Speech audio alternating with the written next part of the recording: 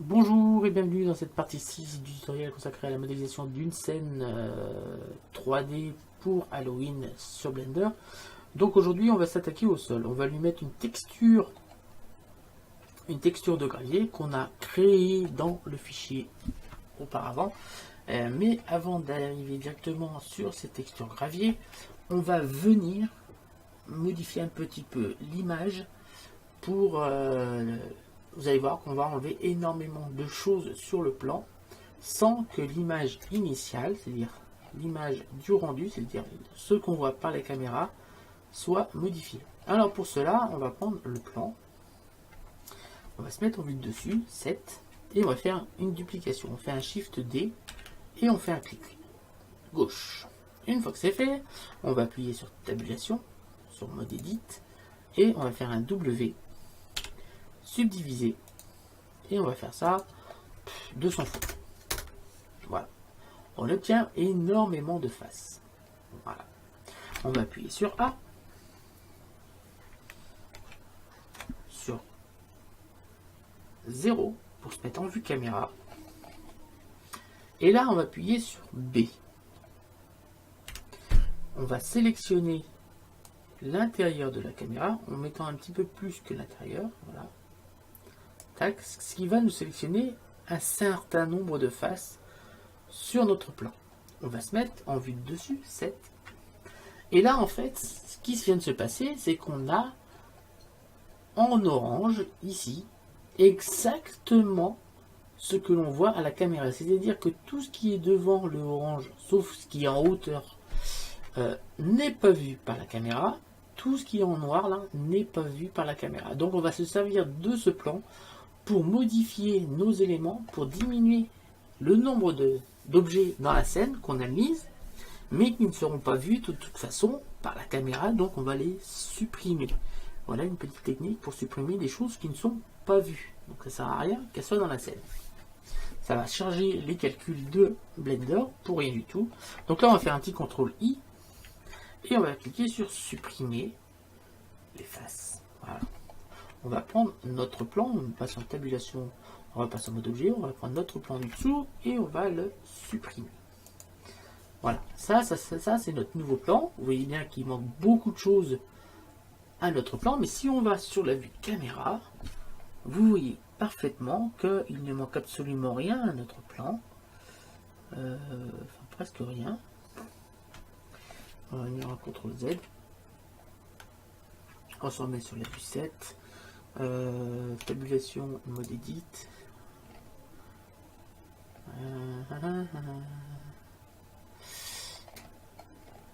J'ai un petit problème. Tabulation, mode objet. Est-ce que j'en ai deux? Ouais. Alors celui-là, on va le supprimer. C'est qu'on n'a pas fait assez de face sur celui-là. On va le faire directement sur celui-là. Tabulation, mode Edit. On va faire W, subdiviser. On en a fait 200 fois. On va faire 500 fois. Voilà, là on a beaucoup plus de faces. Donc on va pouvoir faire quelque chose d'un peu mieux. Donc on appuie sur A, on appuie sur 0 pour se mettre en vue caméra, sur B, et cette fois on va prendre un petit peu plus large. Voilà, quelque chose comme ça pour être sûr de prendre toutes les faces, parce que tout à l'heure en fait on avait des faces ici qu'on a supprimées et qui n'étaient pas, qui étaient dans la caméra. Donc là en mettant des faces plus petites, on y va y arriver. On va faire un CTRL I et on va cliquer sur X face. Voilà, cette fois vous voyez bien que toutes les faces qui ont été supprimées sont en dehors de la vue caméra, donc notre vue caméra n'a pas changé. C'est exactement ce que l'on souhaitait faire. Alors maintenant, ce que l'on va faire, on va venir, comme je vous l'ai dit, supprimer tout ce qui n'est pas dans le plan. C'est-à-dire, on va appuyer sur tabulation, on va passer en mode objet, on va appuyer sur A, sur C, et on va sélectionner tout ce que l'on ne voit pas. De toute façon, c'est pas vu. Donc comme c'est pas vu, on peut supprimer ça. Alors on supprime pas tout, tout simplement parce que ici on ne veut pas le supprimer parce que les pierres tombales qui sont au-dessus, même si le sol on ne voit pas, en haut on le voit. Là on va faire X, supprimer. Donc là on enlève énormément de choses. Vous voyez. Ici on va changer un petit peu notre petite d'un petit muret, on va le décaler jusque là. Et là, on va venir sur les modificateurs et diminuer le nombre ici, comme cela. On va peut-être pouvoir le décaler encore un petit peu pour venir faire quelque chose comme ça. Et sur notre plan de la caméra, on voit toujours notre longueur de la même façon. Voilà. Alors, on va faire pareil sur l'autre. On va diminuer tout simplement le nombre pour que on reste dans le niveau du plan de la caméra que l'on voit. Voilà. Ensuite, on va venir sélectionner cet élément. On va appuyer sur tabulation, sur mode edit. On va appuyer sur A. Et on va venir avec B, sélectionner tout ce qui n'est pas dans la caméra. C'est-à-dire, on peut même supprimer ça. Hein. Donc, c'est... Voilà, c'est Shift pour... Voilà, ça, on va pouvoir faire X, face. Voilà, vous voyez qu'on a considérablement diminué le nombre d'objets dans la scène, mais si on se met sur la vue 0, notre plan de caméra, lui, n'a absolument pas changé. On a diminué le nombre d'arrêts, de sommets, de phases d'une manière considérable, sans que notre vue ni notre plan de caméra n'ait changé. Voilà, c'est le principe.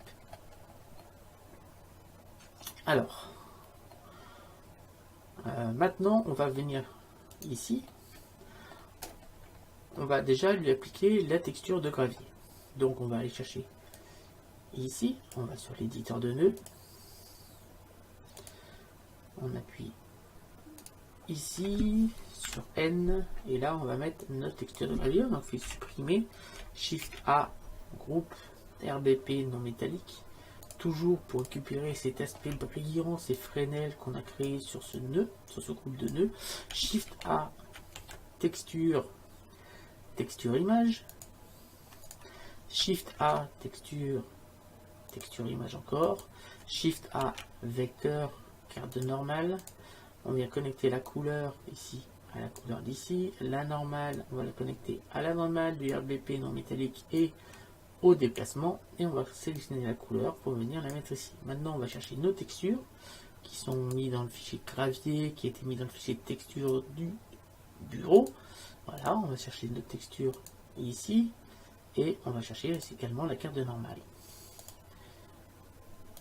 de cette texture, qui, je vous rappelle, on l'a fait seamless. Ça veut dire qu'on peut la répéter sans arrêt. Alors, on va venir vérifier ici en cliquant sur matériaux qu'on a bien appliqué la texture, mais vous allez voir que oui et non, car on n'a bien sûr pas fait de dépouillage UV.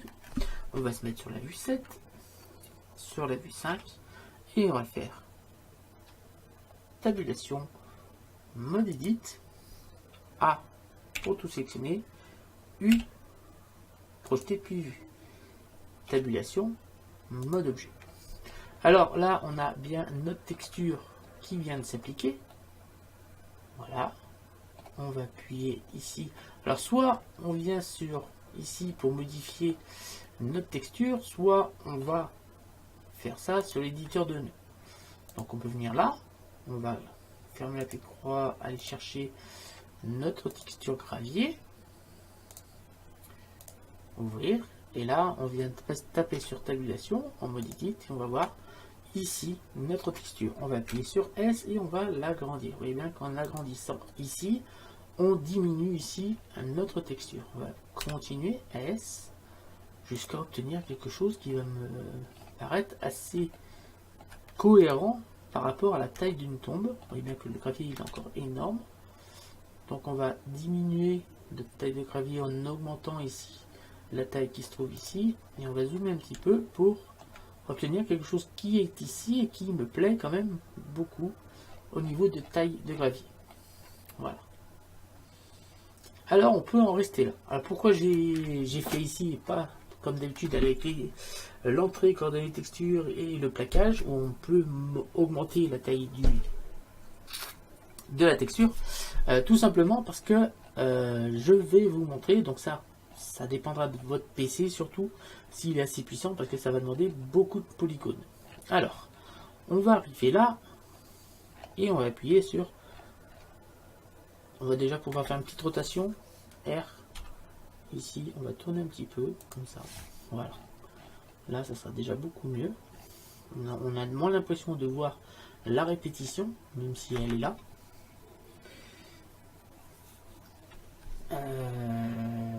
Alors on va agrandir un petit peu, CS. Voilà, comme ça. Ensuite, on appuie sur tabulation, on va passer sur mode objet, on va appuyer sur la lettre M, et on va cliquer sur le deuxième calque. Comme ça, on vient de mettre notre gravier sur le deuxième calque. On va cacher le premier, on va cliquer sur le deuxième, et là, vous voyez qu'on a beaucoup moins de polygones sur cette surface, donc on va pouvoir travailler un peu mieux.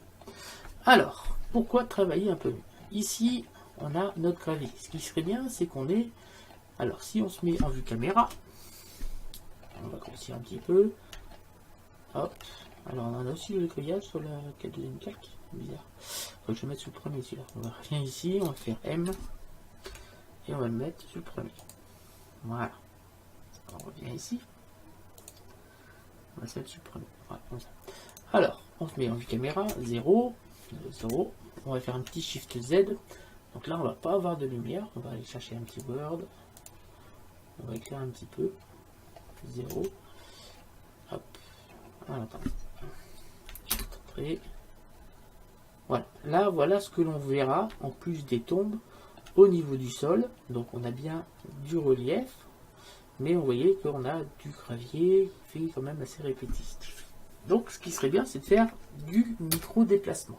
Donc avant d'aller plus loin, je vais enregistrer mon fichier, enregistrer, comme ça. Si jamais ça plante, parce que là, on va vraiment faire beaucoup plus de polygones. Donc on vient resélectionner ça, notre plan. Donc on appuie sur tabulation, on repasse en mode objet pour être certain d'avoir de sélectionner bien sûr notre plan. On appuie sur tabulation, sur mode edit, et là on a notre plan qui est là. Alors déjà, on va pouvoir faire un W, subdiviser, et on va subdiviser 10 fois.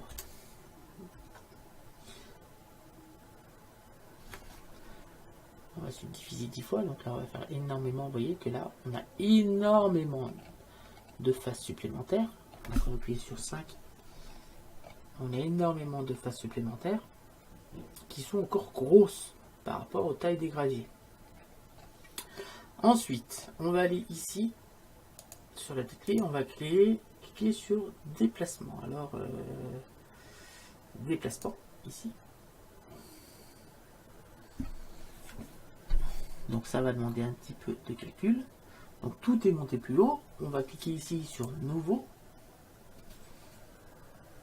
Donc c'est pour ça, vous voyez que ça rame. C'est ma première enregistré au départ. C'est pas dit que ça fonctionne ni sur mon PC ni sur le vôtre, parce que là on va demander vraiment beaucoup de choses. Parce qu'on va, en fait, on va modéliser tous les graviers avec cette technique. Voilà, on va venir ici. On va un peu mieux voir ce qui se passe. Voilà, on va dans la texture. On va changer ici. On va cliquer sur déplacement de texture. On va chercher tac, on va cliquer sur ouvrir et on va aller chercher notre texture de gravier. Tac, ouvrir. On peut, on va prendre la normale. Voilà, ouvrir. Donc là on va avoir des micro déplacements qui vont se créer, d'où le temps de chargement là, parce qu'il y a beaucoup de boulot à faire pour Blender. Donc là vous ne voyez plus rien. C'est normal parce qu'on a vraiment les déplacements de chaque gravier qui sont là, mais qui sont assez forts. On va le reconnaître, c'est quand même assez fort. Donc on retourne sur micro déplacement, on va bien sûr diminuer cette force de gravier. Alors moins 73 c'est un peu trop fort. On va cliquer dessus, on va mettre 0,02 déjà. Donc je clique dessus et je tape 0,02. Vous voyez que tout de suite ça va être beaucoup mieux. Voilà, ici on a des déplacements, mais qui ne correspondent pas au gravier. Parce que ici, on va cliquer sur l'UV, et là, nos déplacements vont un peu plus ressembler à nos graviers. Voilà, là, on a des déplacements, des micro-déplacements qui correspondent un peu plus à nos différents graviers. On va bien sûr encore diminuer cette taille, on va rajouter un 0 ici, car les graviers ne sont pas trop prononcés. Et là, on a quelque chose de beaucoup mieux. Alors, on va peut-être augmenter un petit peu. On va mettre 0,002, on va mettre 0,005.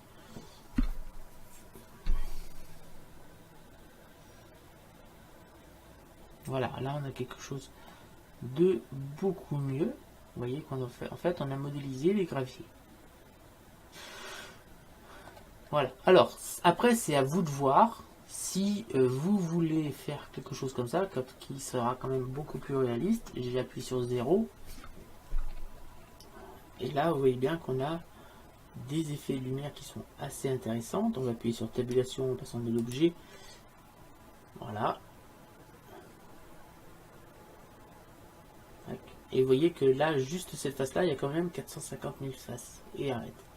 Mais on a un effet quand même beaucoup mieux. On va cliquer sur un petit adoucir ici pour lisser un petit peu les pics, parce qu'on n'a pas fait, on a diminué le nombre de pics, et là, ici, on a quelque chose de sympathique. On va retirer le Word maintenant, le noir. Donc là, c'est tout noir maintenant, ce qui est normal. On va venir ici, cliquer avec Shift sur le deuxième calque, et là, on va voir justement notre image avec nos graviers. Donc on va faire Shift espace, et là cette fois on a des graviers qui sont venus sur notre scène. Et si on vient ici, on va avoir quelque chose d'assez réaliste au niveau de nos graviers qui viennent. Vous voyez qu'on a quelque chose de vraiment très réaliste ici au niveau des graviers.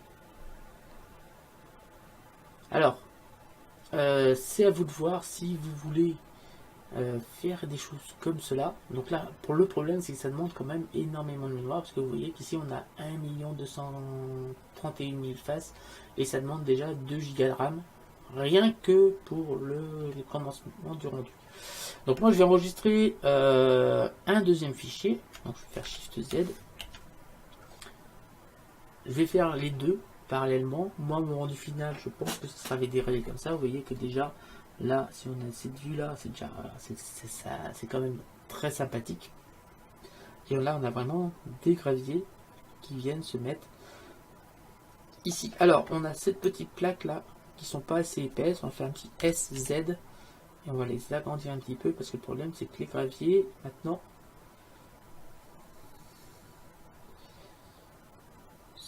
alors on va faire maintenant un GZ, on va venir les monter au-dessus, parce que le problème c'est que les graviers qui ont pris de l'épaisseur, SZ, on va agrandir encore, GZ, maintenant peuvent passer à travers nos plaques qu'on a mis. Il serait bien de récupérer un peu nos plaques. Donc là vous voyez, grâce à ces petits micro déplacements, on a fait quelque chose quand même de très très sympathique au niveau du gravier. Et on a quelque chose de beaucoup plus réaliste. Et quand, avec l'éclairage de la lune et les différents éclairages qu'on va rajouter, parce qu'on va rajouter des torches aussi après, on va voir quelque chose de sympa. Donc je vais enregistrer ce fichier sur un nouveau fichier. Donc je vais cliquer sur enregistrer sous, et là je vais mettre avec gravier, car ce fichier est énormément plus grand. Voilà. Donc je vous ai montré quand même les deux, soit avec les graviers normales, c'est-à-dire cela. Je vais vous faire les deux rendus en dehors de la vidéo, bien sûr, parce qu'il commence à demander un peu de temps de rendu. Donc en dehors de la vidéo, je vais faire les deux rendus, un avec les micro-déplacements pour bien faire voir la différence graphique que peuvent apporter les micro-déplacements à la texture, et sans le micro-déplacement, c'est-à-dire qu'avec une texture plate, parce que là en fait on n'a plus de platitude sur la texture, on a vraiment créé les graviers.